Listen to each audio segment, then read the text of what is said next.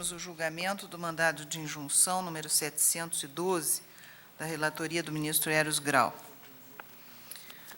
O eminente relator conheceu do pedido e, assim o fazendo, reconheceu a falta da norma regulamentadora. Propõe solução. Eu colho o voto dos ministros que deverão votar na sequência. Ministro Ricardo Lewandowski. Pois não, ministro Gilmar?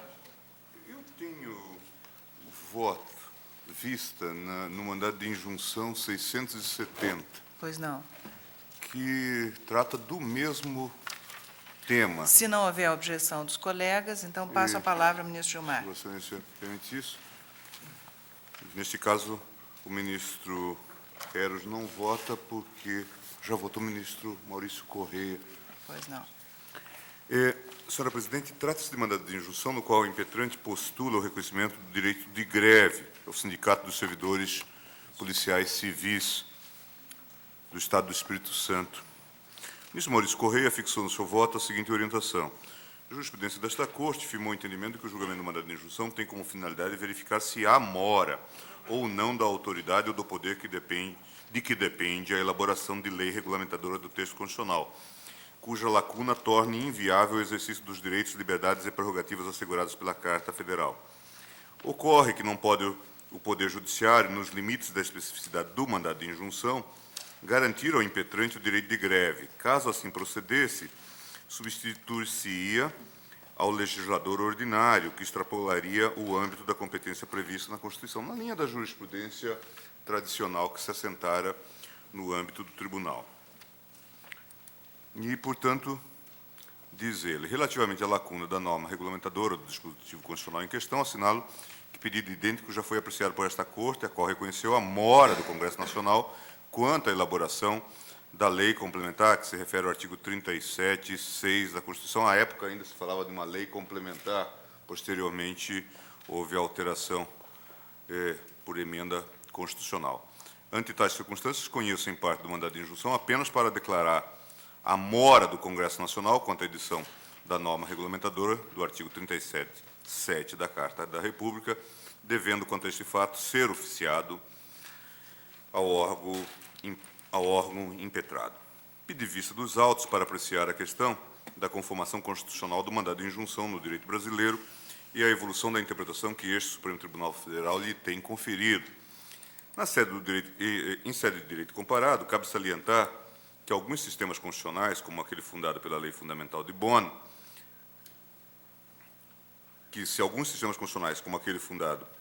pela Lei Fundamental de Bonn, comportam discussão sobre a existência ou não de direitos fundamentais de caráter social, é certo que tal controvérsia não assume maior relevo entre nós, uma vez que o Constituinte, embora em capítulos destacados, houve por bem consagrar os direitos sociais que também vinculam o poder público, por força, inclusive, da eficácia vinculante que se extrai da garantia processual constitucional do mandado de injunção e da ação direta de inconstitucionalidade por omissão.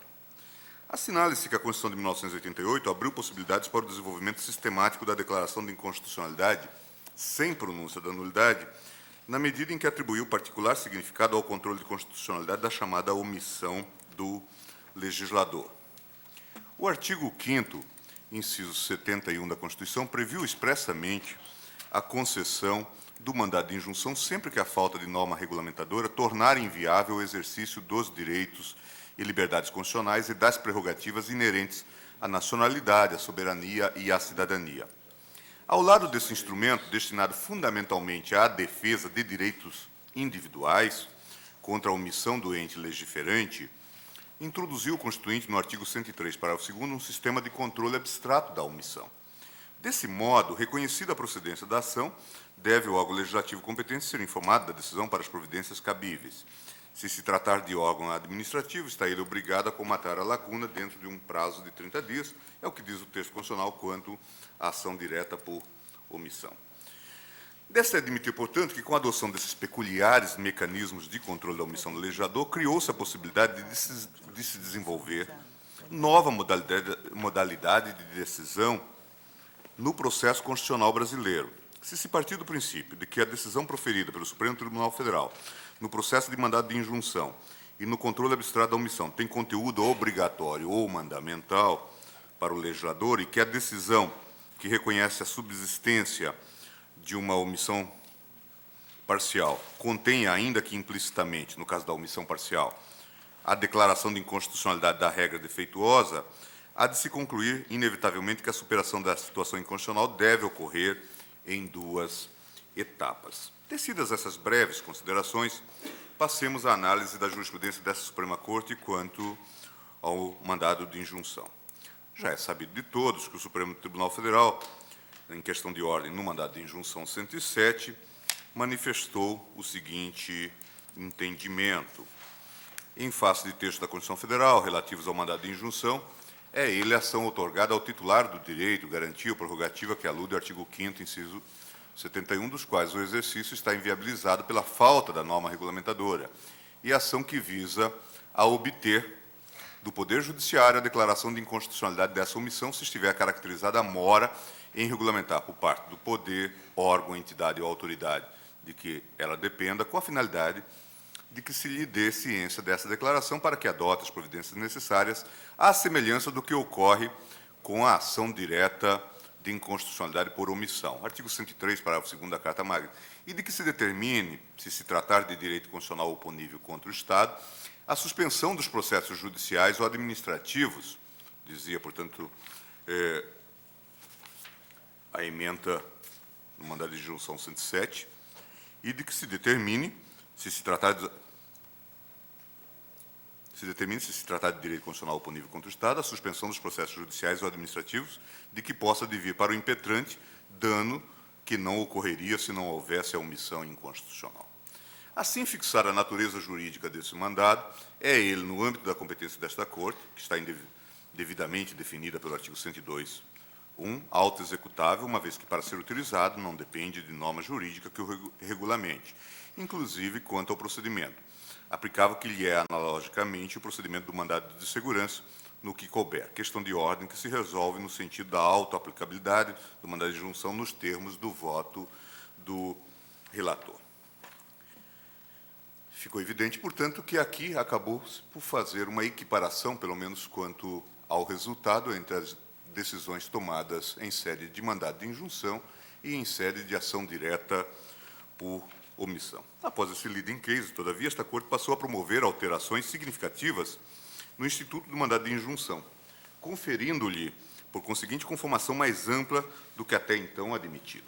No mandado de injunção 283, da relatoria do ministro Pertence, o Tribunal, pela primeira vez, estipulou prazo para que fosse colmatada a lacuna relativa à mora legislativa, sob pena de assegurar ao prejudicado a satisfação dos direitos negligenciados.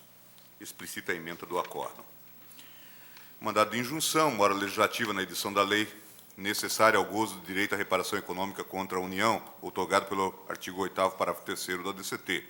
Deferimento parcial com estabelecimento de prazo para a purgação da mora e, caso subsista a lacuna, facultando ao titular do direito obstado a obter em juízo contra a União sentença líquida de indenização por perdas e danos.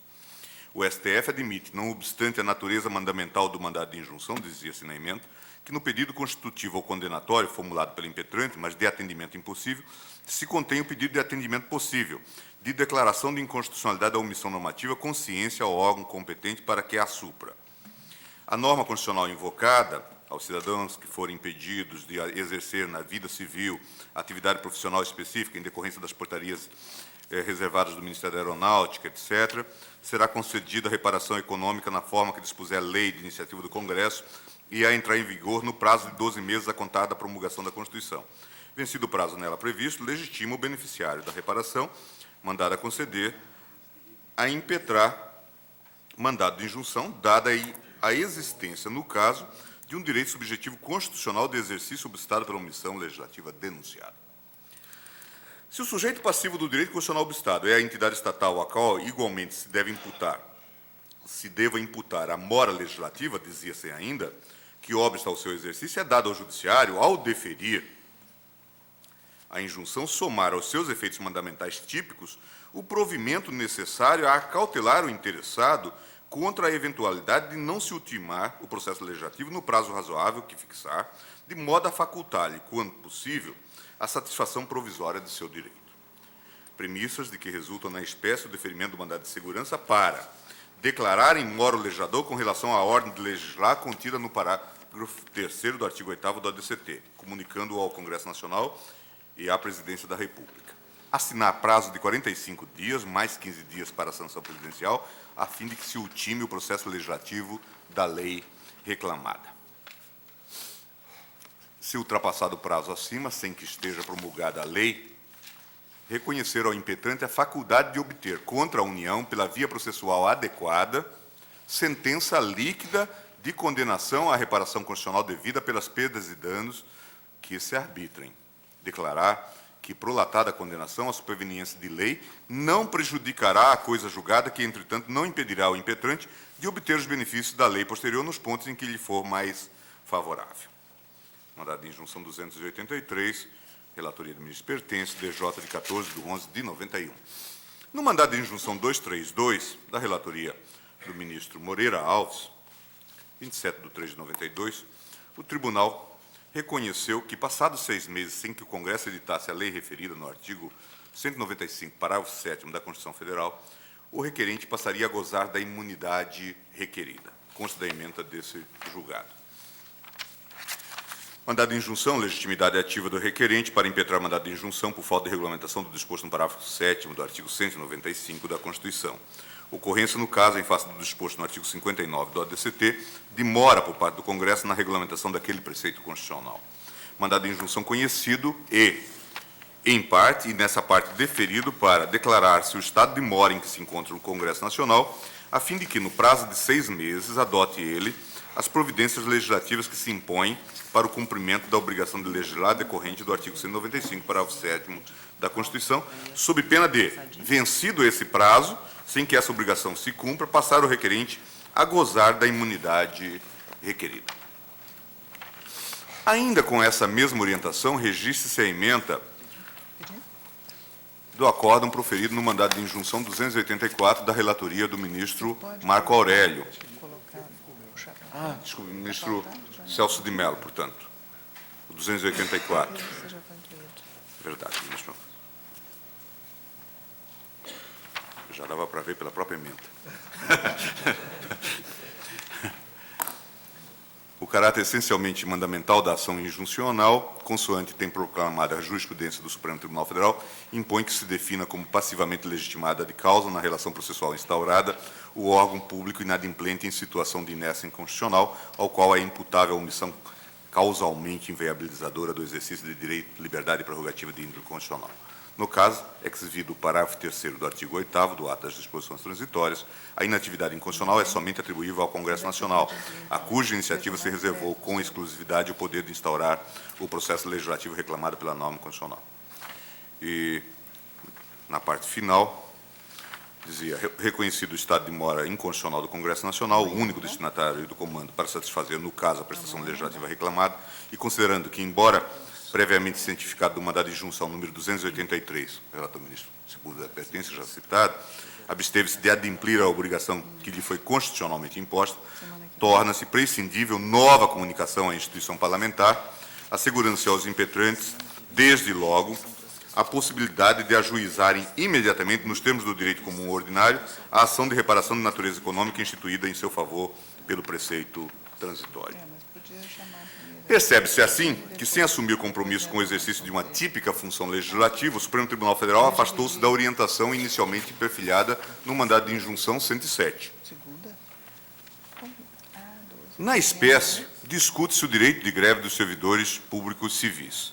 Nesse particular, deve-se observar que, diferentemente das relativizações realizadas quanto ao decidido no mandado de injunção 107, nos casos em que se apreciaram as possibilidades e condições para o exercício do direito de greve por servidores públicos civis, esta Corte ficou adstrita tão somente à declaração da existência de mora legislativa para a edição de norma reguladora específica.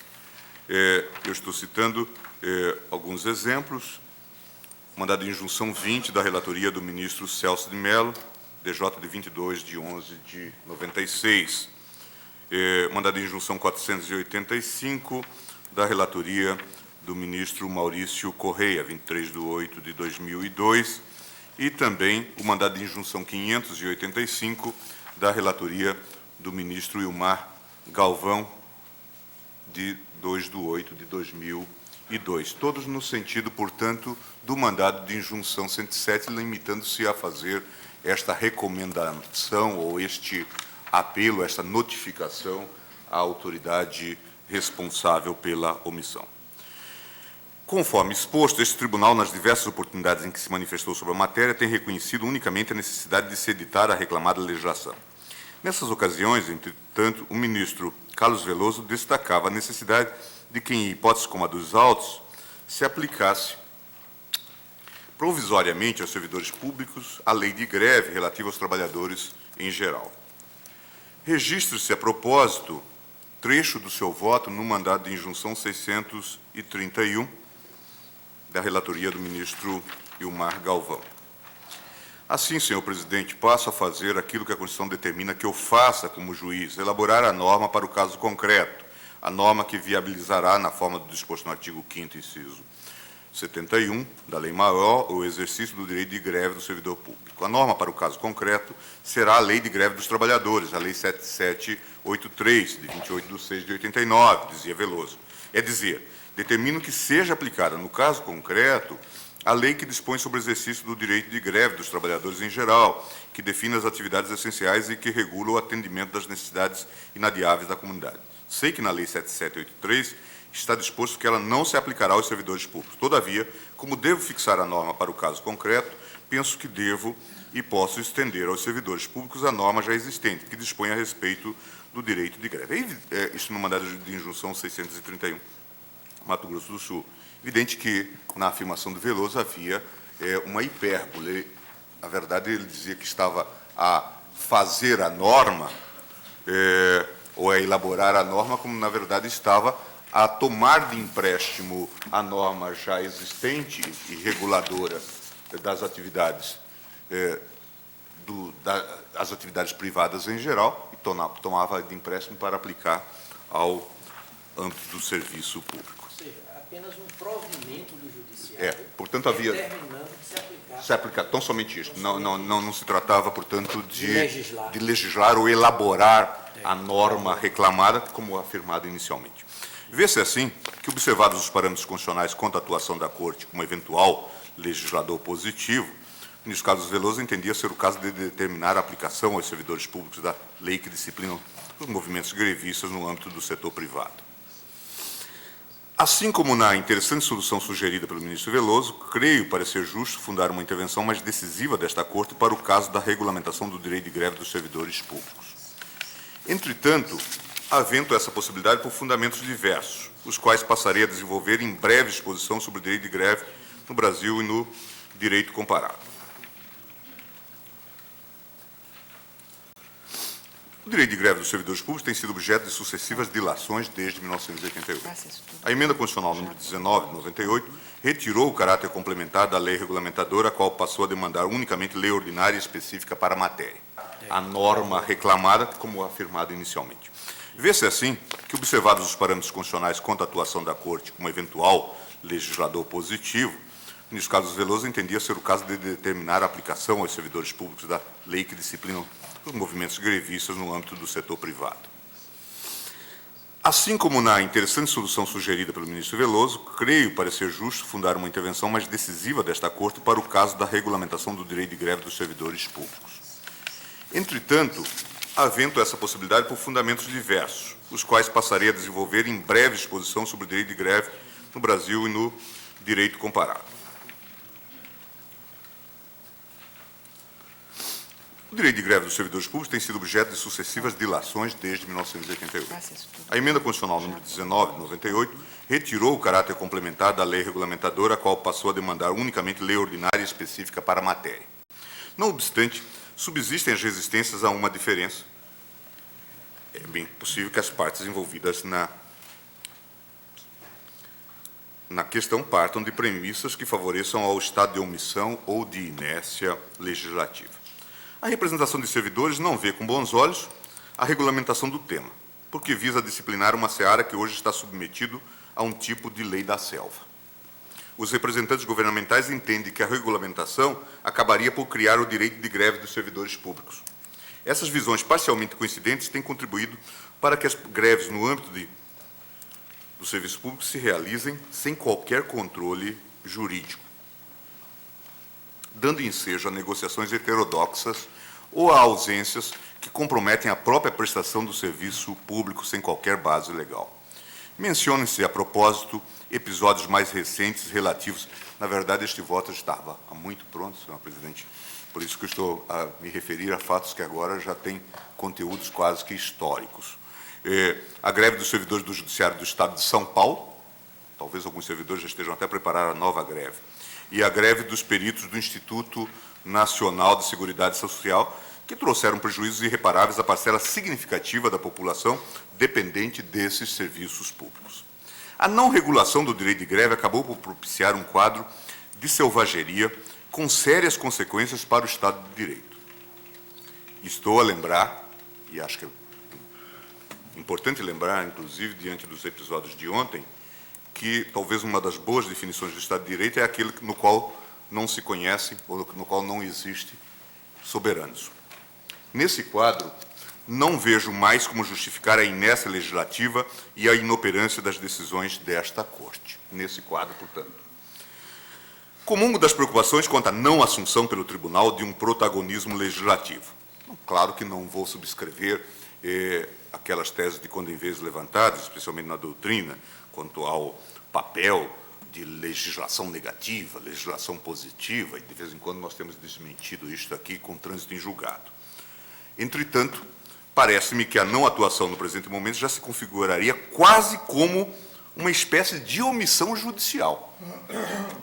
Assim, se não como já uma verdadeira omissão judicial diante desse quadro aqui verificado. Que é a pior omissão. Assim, tanto quanto no caso da anistia, essa situação parece impelir uma intervenção mais decisiva desta Corte. Miro-me, portanto, naqueles paradigmas já mencionados aqui, da relatoria do ministro Pertence e do ministro Celso de Mello. Ademais, assevero que, apesar da persistência da omissão quanto à matéria, são recorrentes os debates legislativos sobre os requisitos para o exercício do direito de greve. A esse respeito, em apêndice ao meu voto, elaborei documento comparativo da Lei 7.783 e o texto do projeto de Lei 6.032, de 2002, que foi de iniciativa do Poder Executivo. Nesse contexto, é de se concluir que não se pode considerar simplesmente que a satisfação do exercício do direito de greve pelos servidores públicos civis deva ficar a bel prazer do juízo de oportunidade e conveniência do Poder Legislativo.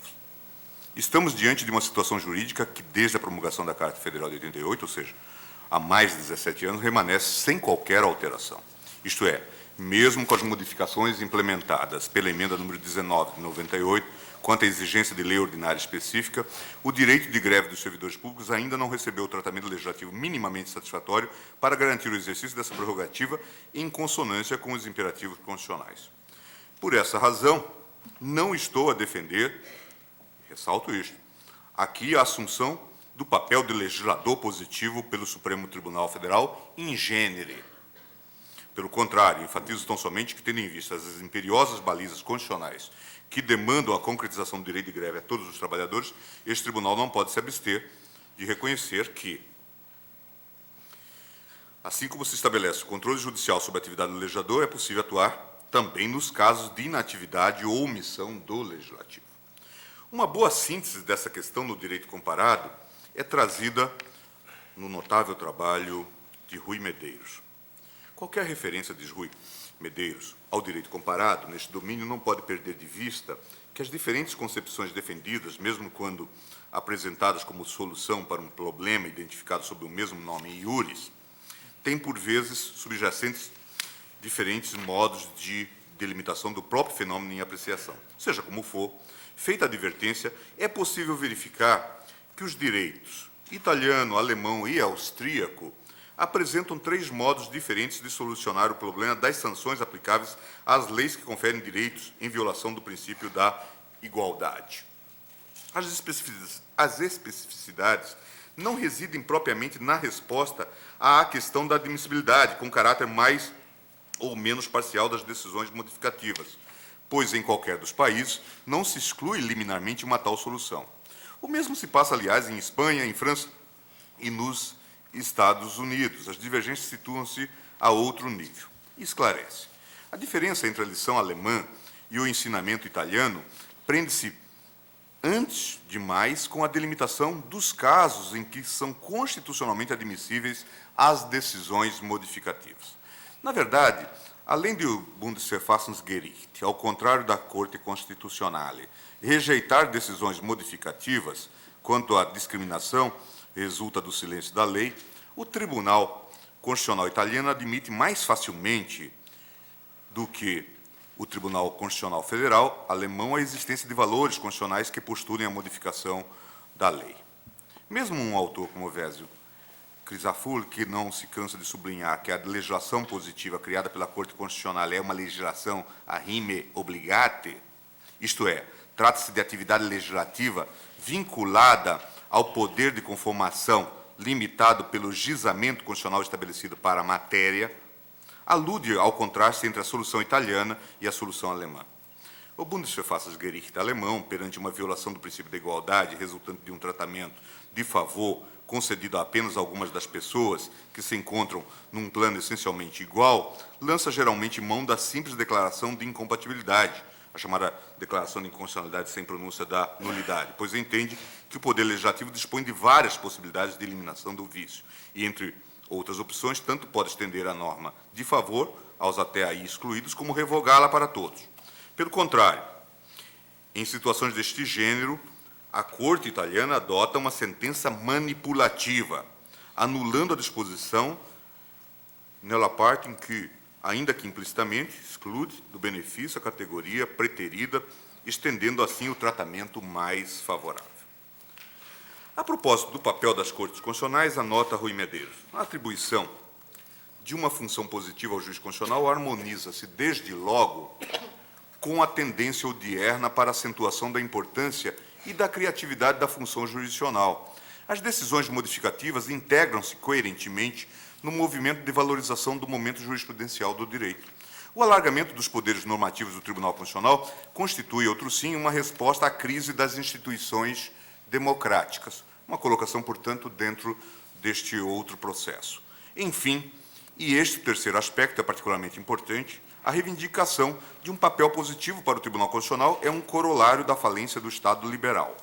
Se na época liberal bastava caçar a lei, no período do Estado Social, em que se reconhece a própria omissão de medidas soberanas, pode pôr em causa o ordenamento constitucional, torna-se necessário a intervenção ativa do Tribunal Constitucional. Efetivamente, enquanto para eliminar um limite normativo, verbe gracia, uma proibição ou um ônus, e restabelecer plenamente uma liberdade, basta invalidar a norma em causa, o mesmo não se pode dizer quando se trata de afastar uma omissão legislativa inconstitucional. Nesse segundo caso, se seguir o modelo clássico da justiça constitucional, a capacidade de intervenção do juiz das leis será muito reduzida.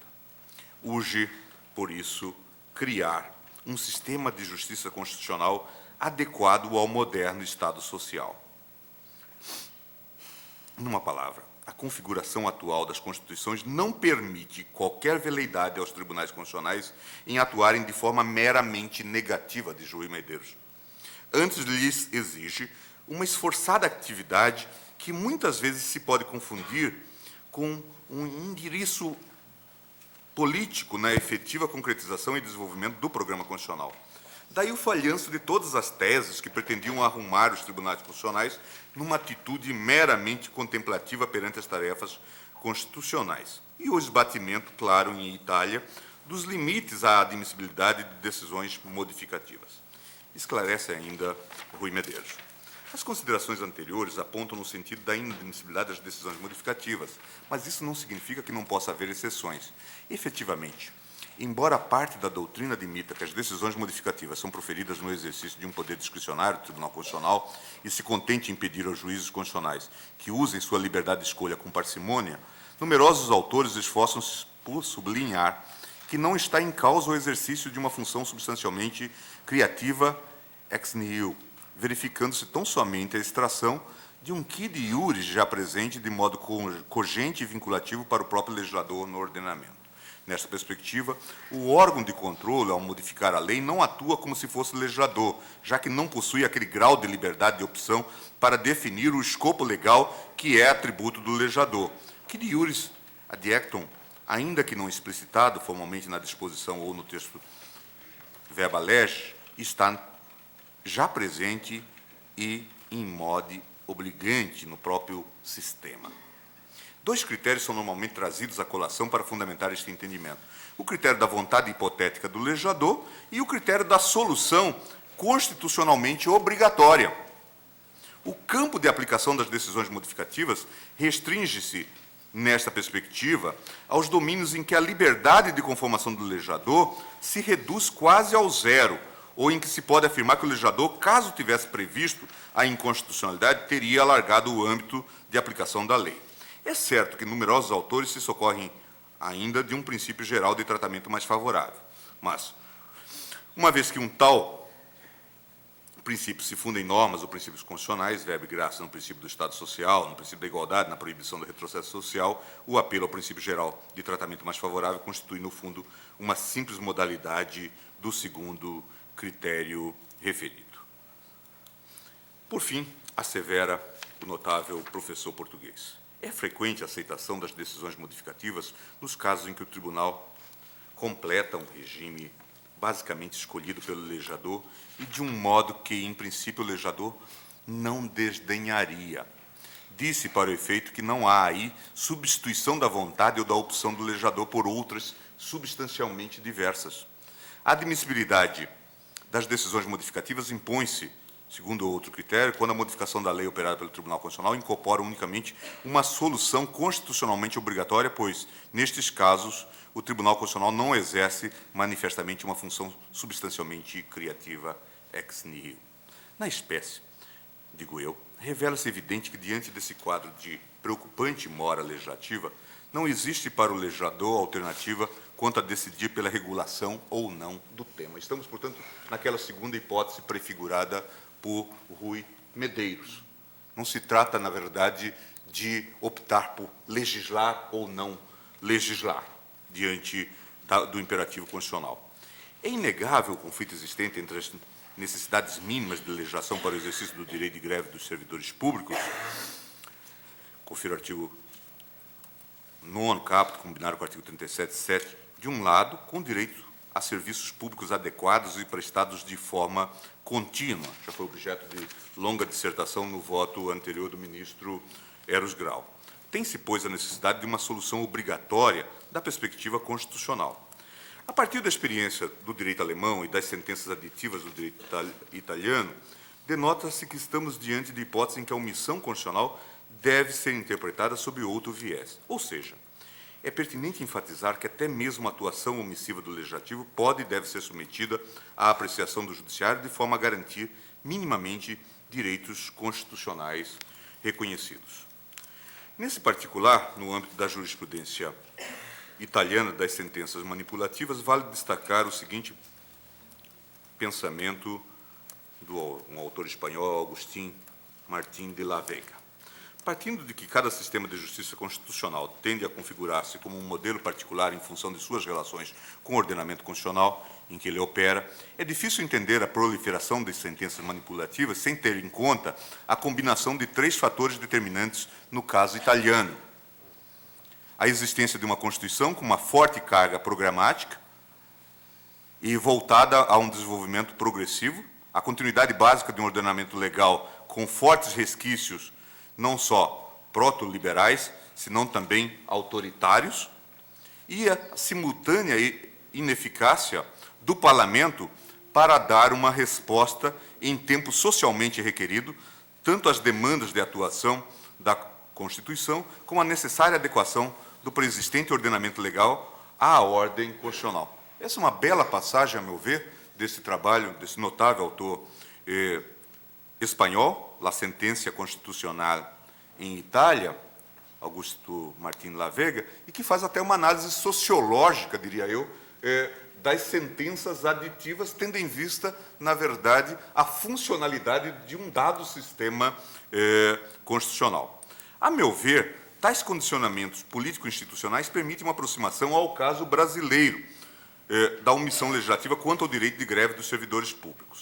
O que se propõe, portanto, é uma mudança de perspectiva quanto às possibilidades jurisdicionais de controle de constitucionalidade das omissões legislativas. Eu ainda cito um outro autor espanhol, jovem autor espanhol, Joaquim Brague Camazano, que diz o seguinte: a raiz essencialmente pragmática dessas modalidades atípicas de sentenças de constitucionalidade faz supor que o seu uso é praticamente inevitável com uma ou outra denominação e com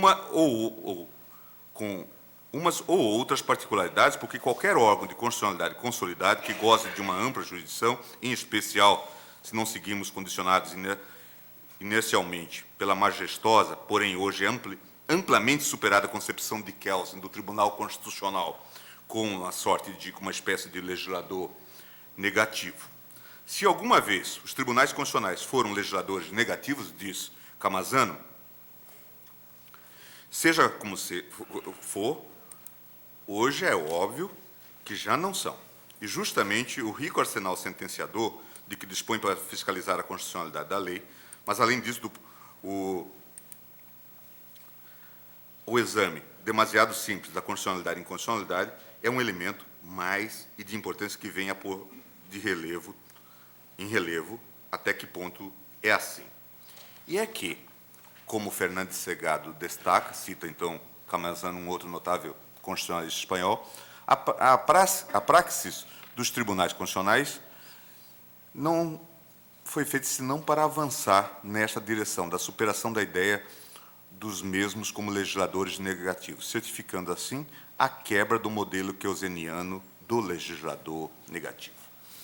É certo, igualmente, que a solução alvitrada por essa posição não desborda do critério da vontade hipotética do legislador, uma vez que se cuida de adotar provisoriamente para o âmbito da greve do serviço público as regras aplicáveis às greves no âmbito privado.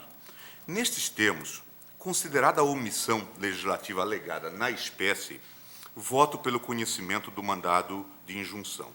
No mérito, senhor presidente, acolho a pretensão tão somente no sentido de que se aplique a Lei 7783 de 89, enquanto a omissão não seja devidamente regulamentada por lei específica para os servidores públicos.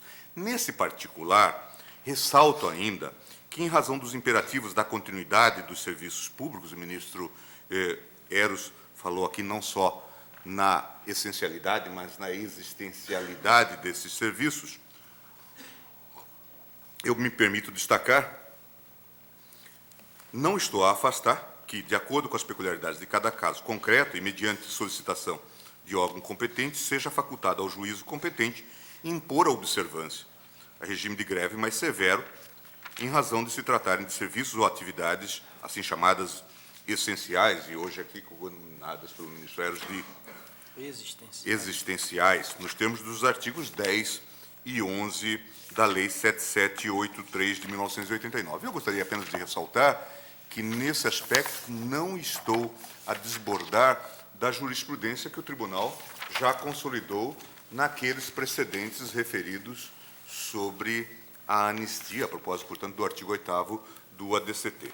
Creio que essa ressalva, na parte dispositiva do meu voto, parece indispensável, porque, na linha do raciocínio desenvolvido, não se pode deixar de cogitar os riscos decorrentes das possibilidades de que a regulação dos serviços públicos que tenham características afins a esses serviços ou atividades essenciais seja menos severa que a disciplina dispensada aos serviços privados ditos essenciais.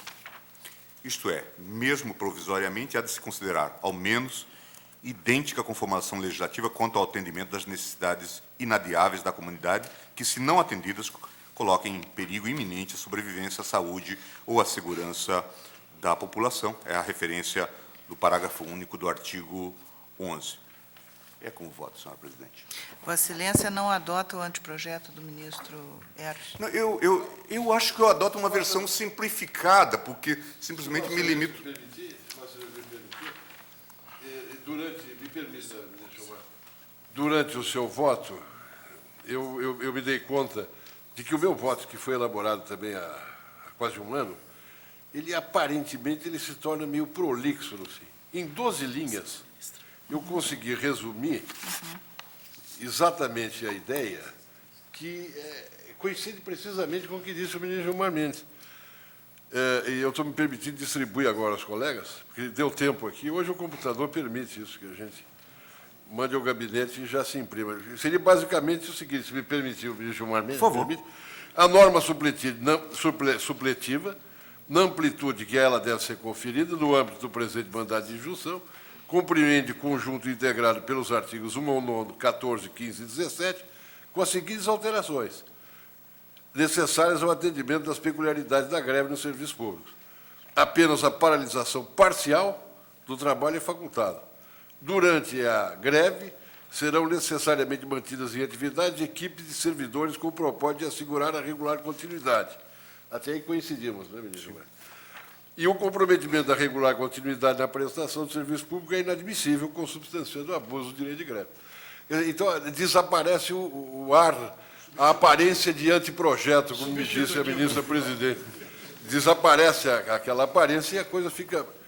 Eu tenho a impressão que consegui até mesmo resumir o que o ministro Gilmar pretendia dizer. Será que consegui? Por favor. Com o pronunciamento, deixamos de ter inconstitucionalidade do movimento de paralisação por falta de disciplina. Com essa ressalva. E eu creio também o aditamento do ministro Gilmar para atender às situações que exigem um regime mais severo. Mais severo, que aí eu estou inspirando, inclusive, na própria regra que nós firmamos em relação à proposta do ministro Celso de Mello, avançando aquela ideia preconizada pelo ministro Pertence, quanto ao artigo 8º, que deferimos, portanto, ao juiz competente para, dado o caso, para eventualmente fixar uma regulação. Claro que é um avanço. Mas se nós deferíamos a regulamentação ao juízo, nós a ele transferimos o que há de mais importante, considerada a impetração. Não.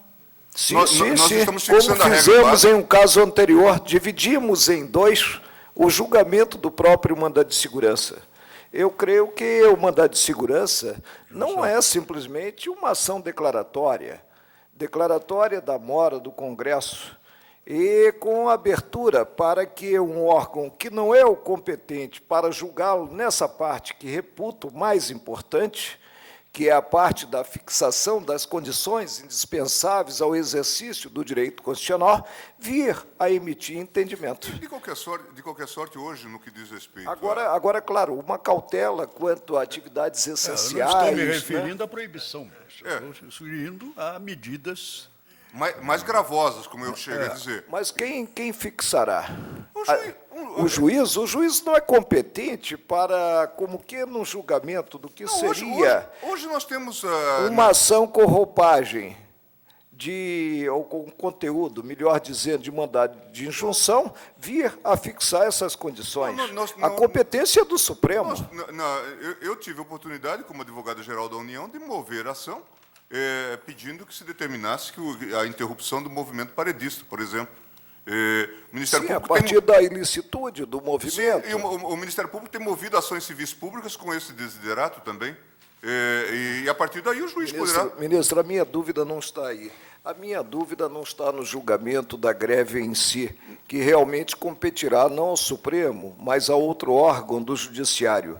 A minha dúvida está em transferir ao juízo a parte mais nobre do julgamento, considerada a impetração, considerado mandado de junção, ou seja, a fixação dos parâmetros para o exercício do direito constitucional. Ministro Marco Aurélio, Vossa Excelência me permite, eu creio que a objeção de Vossa Excelência diz com a delegação desse poder legiferante que o Supremo está assumindo, De duas uma, ao ou juiz temos o poder que acaso e aí seja o exercemos convocado. ou não temos, e também não vamos apontar que o juiz o tem. A rigor, nós estamos fazendo uma construção e certamente poderíamos, e estamos a reconhecer que aqui estamos a lidar com uma realidade, com uma diversidade que nós não conseguimos a priori, antever.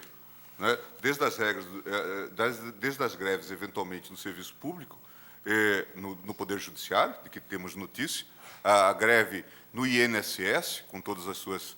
A greve num hospital, por exemplo, uma atividade essencial. Agora, vamos regular tudo isso. Daí as cautelas constantes do voto do ministro Eros Grau. Vossa Excelência me permitir, ministro Gilmar, ministro Marco Aurélio, o mandado de injunção, a competência para dele tratar se encontra definida no artigo 102, inciso 1. Define A linha... o órgão omisso. Então, o que acontece é o seguinte, enquanto não houver a lei ordinária,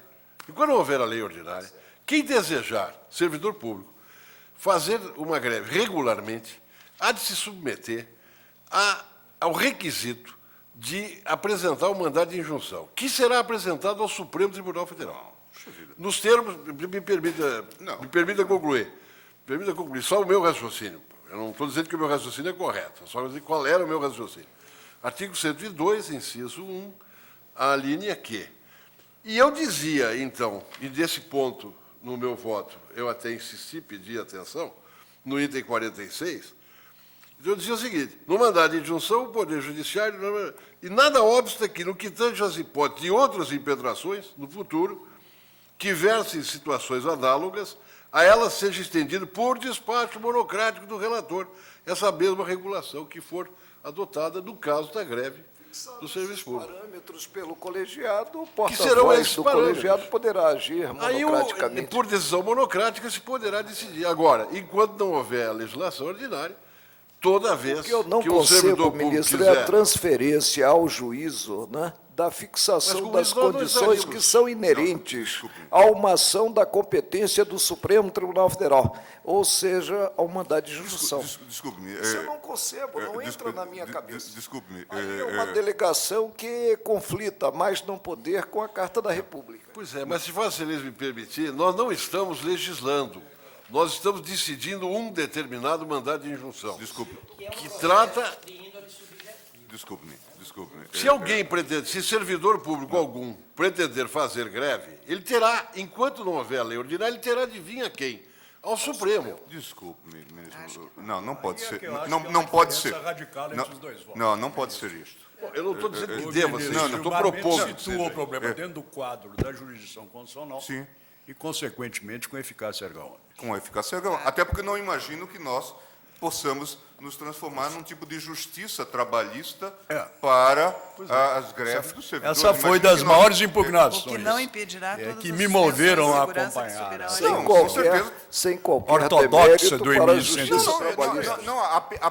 Apenas para reconhecer a funcionalidade, quer dizer, a competência funcional. Se é para estabelecer norma em caso concreto, em outros direitos que vamos ter que examinar, realmente nos transformaremos numa imensa E de resto, há diferenças substanciais e outras nem tanto em relação à atuação da justiça trabalhista aqui. Por quê? Porque como há, na verdade, uma discussão... Eu concordo.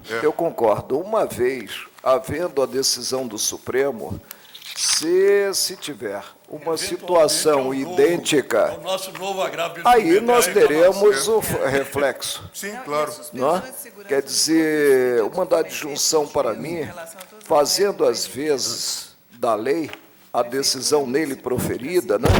Essa decisão tem uma eficácia maior. Que Vossa Excelência mesmo sabe, Não.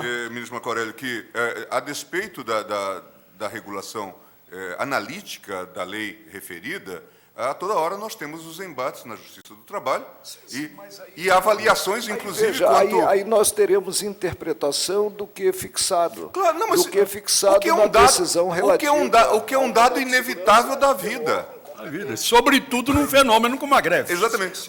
O que é um dado inevitável Nunca da esperou vida. regulamentação. Se nós estivermos discutindo greve numa usina, não é, envolvendo paralisação de caldeiras, ou seja lá o que for, isso há de ter critérios outros que eventualmente não foram sequer apanhados pela lei. Não estaremos, até por falta de elementos, a apreciar, consideradas as balizas do mandado de injunção.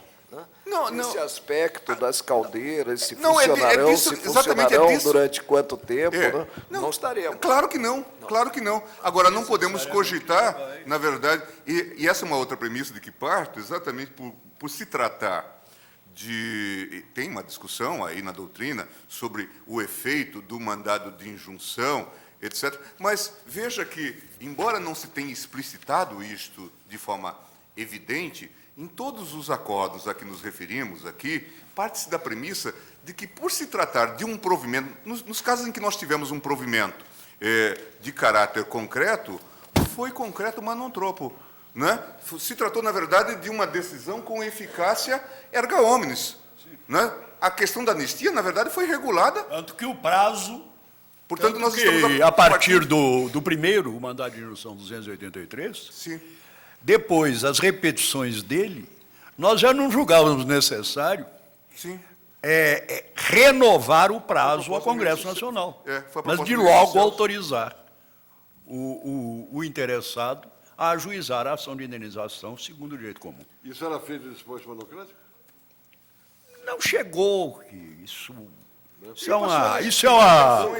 é uma norma de destinatários mais ou menos limitados numericamente. São 2 ou 3 portarias secretas que impediram oficiais da aeronáutica de exercer atividade civil. E aqui nós vamos estar aplicando... Ela deve ter se esgotado. E aqui, e por essa interpretação, e nesse ponto acho que não há divergência entre mim e o ministro Eros Grau, estaremos interpretando o artigo 8º da lei, desculpe-me, aplicando com grano salis o artigo 8º da lei. Porque, claro que, por se tratar de competência trabalhista, a lei vai além, permite, inclusive, julgar a procedência total das reivindicações, o que não se cuida Em relação aqui. ao regime estatutário, é Né? impossível. Mas o juiz poderá dizer que a greve é absolutamente legal ou ilegal, né? Inobservados os parâmetros fixados Não, mas- até na decisão do Supremo, ou outro aspecto que não diga a respeito caberá, dessa decisão eventualmente- e que esteja na legislação. Mas daí caberá eventualmente reclamação para o Supremo, se for o caso. Quanto à usurpação, não, porque... Não, a Não nos desobediência. consta. Desobediência. A desobediência. Mas, claro, se houver extravasamento, É disso que nós estamos quanto ao falando. que decidido pelo Supremo. Sim. O que é importante é que a Corte está tomando uma posição mais substancial, digamos. Eu já estava sem esperança de viver esse A dia. solução é absolutamente revolucionária. O ministro Gilmar tentou filiá-la aos da mandado de injunção 283 e 322, mas que realmente foram muito mais tímidos. Porque também a situação era muito mais singular, muito mais claro. Né? Um tinha prazo a legislação. Mas eu creio também que assimilar essa omissão legislativa de 17 anos, né, à superação do prazo de 12 meses no artigo 8º da DCT é mais que razoável. Agora, efetivo, Nós damos prazo, declaramos amor e abrimos prazo? Não. Porque já há 17 anos. Sim, já demos. Há essa série de mandados de injunção Perfeito. em relação ao direito de greve do servidor público que já decidiram e aplicaram a solução ortodoxa do MI 107. Então, o Congresso já está suficientemente notificado, né, há anos desta morte. Ministro Pertence, o ministro Celso está lembrando aqui que estamos há 18 anos, né, da decisão constitucional e 18 há 12 anos da decisão no mandado de injunção 20. Mandado do MI 20. Eu até começo o meu voto exatamente demonstrando a gravidade dessa inércia em que incidiu de modo altamente lesivo à comunidade de servidores públicos civis o Congresso Nacional. Vou ler seu voto. Eu sou muito respeitoso à prerrogativa, ao poder que é do Congresso, de não legislar em determinadas matérias. Tá?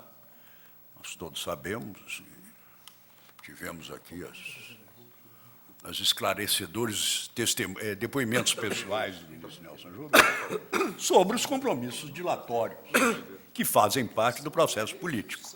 Agora, o que me impressionou no voto do ministro Gilmar foi realmente a demonstração de que a opção aqui não é de continuar não legislando ou não, porque há uma realidade social, que enfatizei muito no MI20, o direito de greve não se formou a partir da lei, É verdade. ele partiu a partir da É ilegalidade, um modelo de direito de resistência. mas que estamos convivendo nessas quase 2 décadas com o que o ministro Gilmar chamou de lei da selva. É, perfeito. A pior das omissões é a nossa. Nós não podemos responder a uma norma constitucional de eficácia limitada com uma decisão judicial de eficácia limitada. Ou de eficácia nenhuma a esta altura. De eficácia nenhuma, como dizia o ministro Nélio da Ora, Silveira. É preciso que a nossa decisão seja de eficácia plena. Eu gostaria de ler... Sim, mas isso senhora há de presidente, ser examinado em face de cada circunstância. Não, claro, de cada, Claro, o voto do ministro Gilmar... Por isso eu não quero assumir. de Deixa cada bem isso. direito constitucional obstado. Não, Porque, exatamente. muitas vezes, o que há é isso. É a impossibilidade política de criar-se o consenso necessário para legislar. Perfeito. E isso é do processo político. No caso da anistia, nós vimos que acabou se editando uma medida provisória. Sim. Eu só Tal foi tenho- a confusão também em torno do artigo 8º. Senhora Eu só tenho presidente, receio, ministro Pertence, que nesta omissão legislativa estejam presentes inúmeras matérias árduas, polêmicas, impopulares, e o tribunal seja chamado, então, a legislar sobre todas É elas. preciso deixar claro que Por isso o que, tribunal por aí isso que eu não faz um gostaria, juízo. por isso que eu não gostaria e por isso que eu tentei no meu voto deixar claro que estava a enfrentar tão somente este caso de omissão e com essas singularidades, não é? Vimos que em outras circunstâncias o tribunal também adotou modelos aditivos moderados, não é? Ninguém se manifestou até Mas agora. eu não acho que nós, a partir daí, possamos assumir aquela função de legislação Qualquer provisória. omissão É. desses 18 anos. Agora, neste caso específico, primeiro, não é dado ao legislador não regular essa matéria. Portanto, nós caímos naquele modelo da legislação obrigatória. E, por outro lado, todas as tentativas foram feitas. Isso já deixou de ser lei complementar, né, na exigência constitucional, com a emenda 19, passou a ser lei ordinária. Não, já há um projeto, inclusive do Executivo, desde 2002, e ainda assim não houve nenhuma decisão. E, por outro lado, nós estamos a ver o amontoado de greves, né, sem nenhuma regulação. tudo a deriva, a falta de legislação. Senhora presidente, eu vou ler a parte dispositiva do voto do ministro Gilmar Mendes, que me parece costurar bem uma unidade entre os dois magníficos votos, do ministro Eros e o dele próprio. Diz o ministro Gilmar: nestes termos, considerada a omissão legislativa alegada na espécie, voto pelo conhecimento do mandado de injunção. No mérito, acolho a pretensão. Agora vamos com uma ressalva. Acolho a pretensão tão somente no sentido de que se aplique a Lei 7.783, de 1989, enquanto a omissão não seja devidamente regulamentada por lei específica para os servidores públicos. E aí nós fugimos do debate, que me parece que é complicado ainda, é muito difícil obter um consenso, de que nós vamos suprir uma omissão legislativa exercendo uma atividade legiferante. Eu acho que não há função normativa quando decidimos nesse caso. Nós baixamos um provimento, tomando de empréstimo uma lei fruto da atividade legislativa do Congresso Nacional. Mas não aplicável à mesma categoria. Não, Uma lei É. que diz expressamente que não se aplica. sim, mas é uma lei produzida... Poderíamos adotar a lei do Paraguai. Não, uma lei produzida pelo Seria uma Congresso forma de Nacional. legislar. Não, Seria uma excelência. forma de legislar igualzinha a essa. É. Nós estamos tomando uma lei que explicitamente não se aplica Sim. à greve do servidor público. E dizendo que ela se Dizendo aplica. que provisoriamente ela se aplica com tais ou quais temperamentos. Muito bem. E essa decisão implica legislar? Eu repito, Eu acho que é não. tanto legislação como se, ao invés de adotar a lei brasileira de greves, nós adotássemos a lei paraguaia ou a lei uruguaia. Vamos citar Kelsen, que tem sido, coitado, sofre tanto aí com o problema da legislação negativa, eu também já me liberei da fé dogmática, mas aí é perfeita, é uma forma abreviada de legislar. tomando de E é empréstimo. completamente diferente da forma da integração de lacuna Sim, em casos no caso concreto. subjetivos, no caso concreto. caso concreto. Porque a Quanto a essa decisão afirmativa- não ultrapassa os limites do caso dado. Aqui não, aqui nós estamos invocando, por analogia, todo um conjunto de normas de caráter abstrato. Como testemunha ocular da história do mandado de injunção. Mas nesse a prova, plenário, é preciso de que... ter absoluta consciência de que estamos realmente Legislando. dando uma virada de jurisprudência radical. Eu só não queria... Não, essa é, virada Salto nós estamos tríplice assumindo carpado na conscientemente. jurisprudência. Não é? Não, É uma e virada estabe- radical. E estabelecendo um precedente. Eu e o ministro Celso somos testemunha ocular da história desde o mandato de injunção 107. Bem, De toda maneira, eu entendo que não há usurpação da função legislativa, não há normatividade supletiva, porque o espaço de normatividade abstrata, que é próprio do Congresso Nacional, permanece à espera do Congresso Nacional, que pode modificar essa lei a que Sim, estamos mas enquanto fazendo não vem, remissão. essa lei é que vale. Mas eu acho que essa discussão é secundária, se temos ou não esse poder normativo, supletivo. O que me parece importante, senhora presidente, é que a proposta do ministro Gilmar Mendes me parece conciliar, não é, os dois votos, e vamos dotar a nossa decisão de plena eficácia, porque era o defeito que se atribuía, que se imputava às decisões judiciais em matéria de julgamento de mandado de injunção. Essa carência de eficácia. Fica superado isso, é um grande avanço que nós estamos conseguindo no sentido da efetividade da Constituição. Acho que, nesta tarde, nós estamos fazendo destino nacional, a partir desta nossa decisão. Eu- Sem nenhum reducionismo, mas apenas para tentar chegar a um ponto de consenso, o meu anteprojeto foi reduzido para 12 linhas, agora eu vou reduzir para uma linha. Eu vou reduzir para uma linha, mas que dirá tudo? É a conclusão do ministro Gilmar, diz assim, enquanto a omissão não seja devidamente regulamentada, observado o princípio da continuidade do serviço Sim, público. porque isso que nós estamos... Perfeito. Excelência se reduziu de Daiane Santos a um mero corredor. Mas veja, Vossa Excelência, que terá sido uma cambalhota histórica, hein? Observado o princípio da continuidade do serviço público. Princípio, aliás, que está expressamente previsto na Constituição Federal, seja em matéria de Correios, quando a Constituição diz manter o Correio Aéreo Nacional, etc., seja no parágrafo único do artigo 175, no inciso que fala de manter serviço público adequado. Quer dizer, então o voto de Vossa Excelência está Vem lá no rigorosamente medieval. conforme os desígnios da Constituição. É quase uma experiência de legislador. Eu queria ressaltar que nós estamos a fazer esta proposta, eu acho que isso, tanto parte do voto do ministro Eros quanto do meu voto, a partir da singularidade do caso da greve, tão somente em relação ao caso da greve. Claro que temos aí outras discussões envolvendo políticas públicas que não têm as mesmas singularidades e que podem sugerir até políticas alternativas, né? Assim como se diz, a casa do pai tem muitas moradas, também o caminho para lá pode ser diverso. Não é? Pois é, veja, Vossa Excelência. Mas aqui, a rigor, não há muito espaço para o legislador. Nós estamos diante daquele modelo em que, de fato, ele está obrigado a legislar. É verdade. mas optou por não fazê-lo. Hein? Mas optou por não Claro, fazê-lo. veja, mas a partir daí nós temos um quadro que eu chamei já de um quadro de selvageria, porque a toda hora, e basta abrir os jornais nesta particular fase do Brasil, e nós temos os anúncios vários de greve. E depois falamos, não temos negociação no serviço público, mas temos negociações para anistia dos dias parados, tudo isto, né, que se diz não existir, né, dentro de um quadro de farisaísmo jurídico que tem que ser encerrado.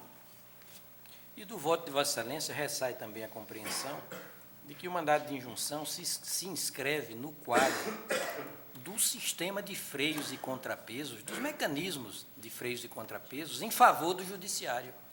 Então, nós estamos assumindo não é, esse mecanismo de freios e contrapesos, como a Constituição deixe que o Congresso saiba adjudica. Como é? Não deixe que o Congresso saiba disso. Hã? Pelo contrário, é bom que quando saiba. numa das reformas constitucionais, salvo engano do Judiciário, se propunha a fórmula do que se chamou a solução constitutiva concreta, a edição da norma para o caso concreto. Ou, não, exatamente a que estamos a adotar aqui. Isso. A legislação até que o legislador... Por isso que eu estou dizendo, é um mecanismo E um típico deputado do disse, já sistema de estamos freios e sufocados contrapesos, pelas medidas o mandado de provisórias do junção. Executivo, agora teremos as medidas Provisórias do Judiciário. Explicitamente deferido ao Poder Judiciário. Mas, havia senadores Norma também, temporária. eu me lembro, acho que eu ouvi do senador Pedro Simão, que reclamava pelo Supremo Sim, não ter assumido a assumido. função legislativa que lhe fora delegada. Às vezes Portanto, que foi proposta, as perspectivas eram sempre... as propostas que se fizeram para superar a doutrina do MI 107 foram todas recusadas. E a última, no encaminhamento da votação, o deputado Fleury trouxe essa butada, que é interessante. As medidas provisórias. Eu me permitiria lembrar uma decisão do Tribunal Constitucional Alemão, de 1958, em que ele considera o seguinte, que a omissão reiterada do Poder Legislativo acaba por funcionar como a usurpação de uma função de poder constituinte. Porque basta que ele não regule para que o preceito constitucional não tenha valia nenhuma. É exatamente o que acontece no caso. Nós não estamos substituindo o Legislativo, nós estamos simplesmente fazer prevalecer a Constituição. Quer dizer, é a função de guardiões da Constituição. Isso. Se Vossa Excelência me permite, o nosso mandado de injunção foi inspirado no inciso 1º do artigo 18 da Constituição Portuguesa, de 1776. E lá, de 1976. E está redigido assim, retrair no tempo, 1976, 2 anos depois da gloriosa Revolução dos Cravos. Está dito assim na Constituição Portuguesa. 1970. 1976. 1776. 1976. Eu entendi 1700. Ele tinha falado disso. Curiosíssimo. Me deu o benefício do erro material. Está dito assim: os preceitos constitucionais respeitantes aos direitos, liberdades e garantias são diretamente aplicáveis e vinculam as entidades públicas e privadas. Quer dizer, um magnífico dispositivo de alta aplicabilidade da Constituição, em que nós fomos nos inspirar, nos abeberar com o mandado de injunção. Que hoje renasce. Eu vou colher o voto do ministro Ricardo Lewandowski. Senhor presidente, eu tenho plena consciência que nós estamos num momento histórico extremamente importante. Estamos redesenhando esse importantíssimo instituto que é o mandado de injunção. Eu acho que em boa hora esse tribunal dará um passo à frente no sentido de dar maior concreção, maior eficácia a esse importante instituto, mas eu peço vênia aos colegas para pedir vista. Após o voto do relator, ministro Eros Grau, que conhecia do mandado de injunção e dava solução à omissão legislativa nos termos do seu voto, acompanhado pelo ministro Gilmar Mendes, pediu vista. Nos termos do seu voto, Vossa Excelência haverá de retificá-lo. Pediu vista ao ministro Ricardo Lewandowski. Aguardam os demais.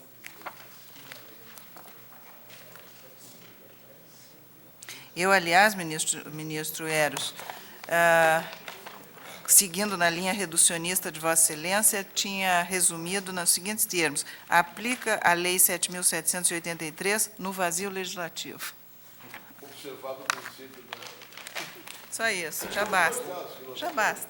É aquele caso do qual eu sou relator e o outro do qual não posso. Exato. A proclamação é válida para o mandado de injunção 712, no que diz respeito ao mandado de injunção 689, a proclamação é idêntica. Não é esse? Não, 670. Esse não foi chamado? Nesse, o ministro Eros não vota, né? Com relação ao mandado de injunção número 670, de que era relator o ministro Maurício Correia, e em voto vista o ministro Gilmar Mendes. Vamos retomar. O relator conhecia do mandado de injunção, em parte, e nessa parte o acolhia para certificar a mora do Congresso Nacional. Voto do ministro Maurício Correia, relator. Depois disso, pediu vista ao ministro Gilmar, que no seu voto conheceu do mandado de injunção, deu solução à omissão legislativa para fazer aplicar a Lei 7.783, enquanto não suprida a lacuna legislativa. Neste caso, então, não vota o ministro Eros. Depois disso, pediu vista ao ministro Ricardo Lewandowski, aguardam os demais. Eu só ressaltava no meu voto a possibilidade de que, tendo em vista as singularidades das situações eventualmente surgidas, que o próprio juiz competente... Isso é detalhamento do voto de Vossa Excelência. É uma subdelegação da função legislativa. Não é. Presidente, o voto do ministro Eros foi proferido no EMI 712. 712. E do ministro Gilmar, 670. No 670. Agora eu vou chamar o mandado de injunção 689, também da relatoria do ministro Eros Grau, que trata de idêntica matéria. Portanto, eu peço... Não, tem peculiaridade? Se você me permitir, muito rápido. Pois não. Porque, nesse caso, o que há é o seguinte: está-se usando o mandado de injunção como substituto do mandado de segurança. O pedido é de uma condenação de uma multa diária, fixação de multa diária ao Congresso Nacional, se o Congresso Nacional não legislar. E, ao mesmo tempo, se usa está sendo usado como mandado de segurança. Vossa Excelência não conhece. Eu estou não conhecendo, inclusive... Há divergência? Então, no mandado de injunção 689, por proposta do eminente relator, o mandado de injunção não é conhecido, decisão unânime.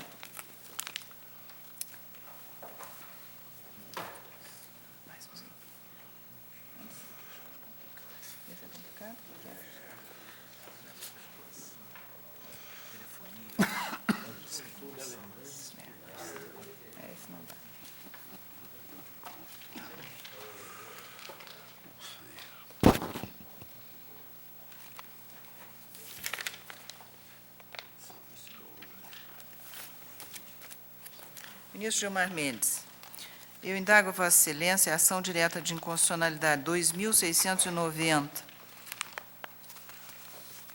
É matéria simples? Que nós possamos apreciar com rapidez nesse final de sessão? É aquele caso dos bingos. É uma lei do Rio Grande do Norte.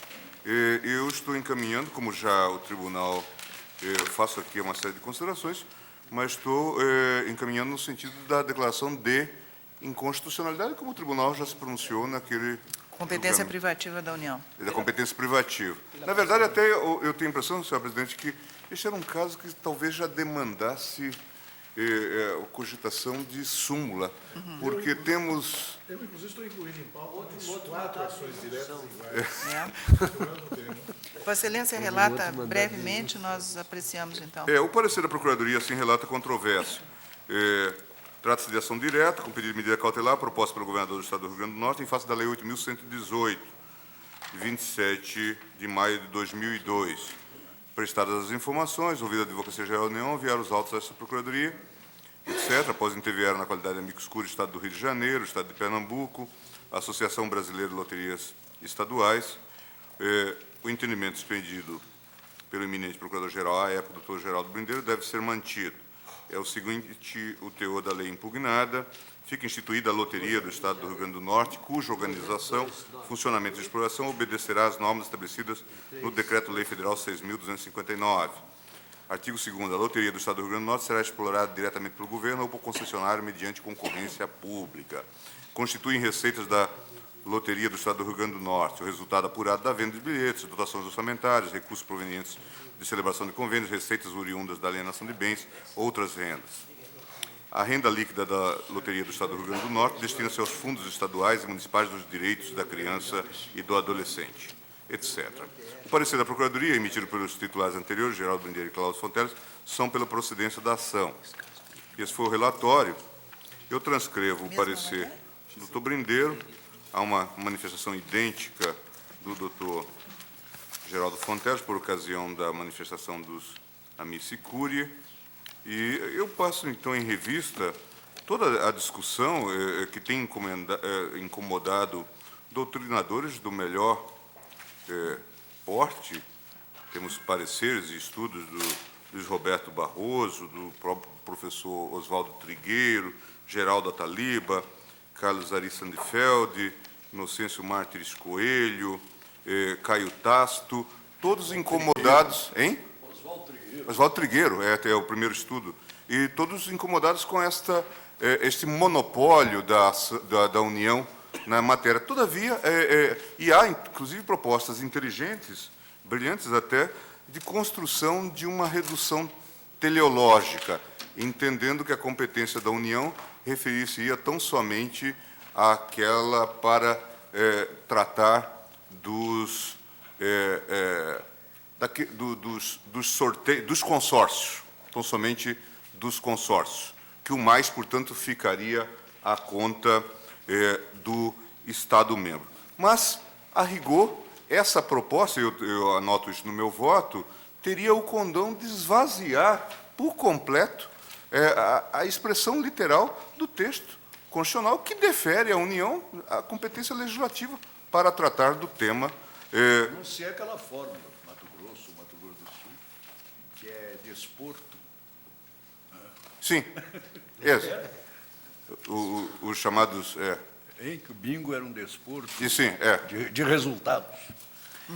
Por outro lado, a eventual ressalva que consta do antigo decreto-lei pré-constitucional, foi feita até no voto do ministro Jobim, diz respeito ao funcionamento das antigas loterias, portanto, naquele formato. Quanto a isso, não estamos a discutir. Portanto, eu repasso toda essa doutrina a propósito do tema, mas me curvo à expressão do texto constitucional, e por isso estou, então, julgando procedente a ação, dizendo que, do contrário, nós esvaziaríamos, produziríamos uma interpretação assaz restritiva do 22.20 da Constituição. A questão de que... Você está propondo a súmula vinculante? Pois é, eu pergunto se já não seria a hora, porque hoje temos decretos do Executivo de alguns Temos três, estados. né? Hein? Temos três com esta. Tem uma com vista, né? Tem o caso do Rio de Janeiro, que tinha ação civil pública e outros casos, né? Eu tenho a impressão que nós precisaríamos, então, resolver. Estou julgando procedente. Procedente. O eminente relator julga procedente a ação, indago se há divergência. Senhora Presidente, eu apenas faria a juntada do voto que proferi na ADIM 2847, aquela famosa ADIM dos bingos. No mesmo sentido? Em que eu pude complementar o voto do eminente ministro relator, Carlos Veloso, foi um voto vista de minha parte, votei na mesma direção. Eu apenas lembro que, naquela ocasião, coloquei ênfase não na palavra loteria, mas na palavra sorteio, que seria o gênero, né? Por quê? Porque o sorteio envolve todo tipo de jogo dependente da sorte. Esse nome sorteio não é por acaso, né? Envolve todo o jogo dependente da alha ou da sorte, e cujo resultado dependa da alha ou da sorte. E essa questão do consórcio, agora realçada pelo ministro Gilmar Mendes, eu também enfrentei, dizendo que os consórcios se dão como ou eles se operacionalizam por lance ou por sorteio, mas é um sorteio menor, um sorteio pequeno, não é, que não infirma absolutamente as premissas, os fundamentos do voto. Então, eu acompanho, Sua Excelência, o ministro Gilmar Mendes. Faria a juntada do voto. Após o voto do relator, que julgou procedente a ação direta de inconstitucionalidade, no que foi acompanhado pelos demais, ministro Carlos Brito pede juntada de voto convergente. Decisão unânime. Mais um? Quanto à súmula, presidente, eu não sei se... A súmula tem que passar, tem que passar pela comissão, tem que haver aprovação. Eu acho Portanto, que nessa comissão Já Não é? propõe submetendo à propõe que comissão. submeta, né, à comissão de jurisprudência pode fazer o encaminhamento à comissão. os temas do próprio. Não, esse não quer. Mas é bom que conste isso da decisão. Carlos Brito, você quer julgar essa ou não? Semelhante, Essa tem uma ligeira particularidade. mas dá para É julgar. igual, apenas o governador do estado do Piauí, ele pugna pela perda do objeto da presente ação porque editou um novo decreto. Então vou chamar. Chama a julgamento a ação direta de inconstitucionalidade, Agora, 3.147, de que é relator o ministro Carlos Agora, em Brito. verdade, o voto é longo. Vossa Excelência então, tem condições de fazer... Há perda de objeto ou não? eu entendo que não, que bom. substancialmente não houve mútuo, só se Vossas Excelências aceitarem. Não é esse meu deixar. fundamento, de Então- que substancialmente não houve. O ministro Carlos Brito precisa ir ao Tribunal Eleitoral, então. Eu também estou adiando uma outra. Fica para Está outra, encerrada né? a sessão.